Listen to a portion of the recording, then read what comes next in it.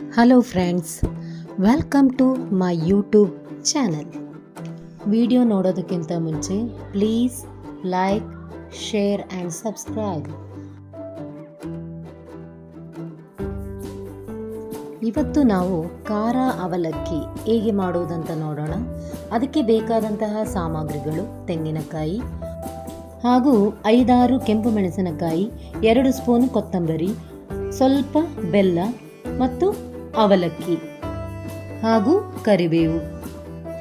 ಮೊದಲಿಗೆ ಒಂದು ಬಾಣಲಿಯಲ್ಲಿ ಸ್ವಲ್ಪ ತೆಂಗಿನ ಎಣ್ಣೆಯನ್ನು ಹಾಕಬೇಕು.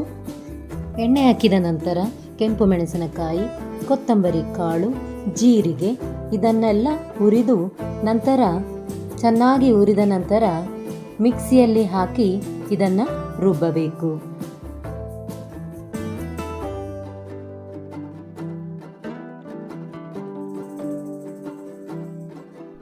ಈಗ ನೋಡ್ಬೋದು, ಈಗ ರುಬ್ಬಿದಂತಹ ಮಿಶ್ರಣ ರೆಡಿಯಾಗಿದೆ. ಈಗ ನಾವು ಗ್ಯಾಸನ್ನು ಹೊತ್ತಿಸಿ ಒಂದು ಬಾಣಲೆಯನ್ನು ಇಟ್ಟು ಅದಕ್ಕೆ ತೆಂಗಿನ ಎಣ್ಣೆಯನ್ನು ಹಾಕಬೇಕು.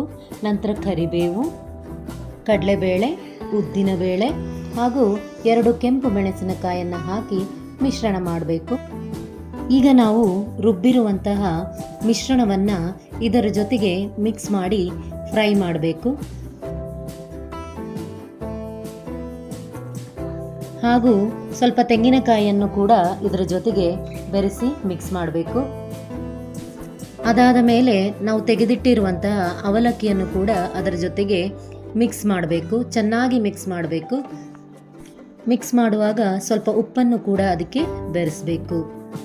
ಸೊ ಫ್ರೆಂಡ್ಸ್, ಈಗ ನಾವು ಮಾಡಿರುವಂಥ ಖಾರ ಅವಲಕ್ಕಿ ರೆಡಿಯಾಗಿದೆ. Thank you for watching my video. Please subscribe Devika channel.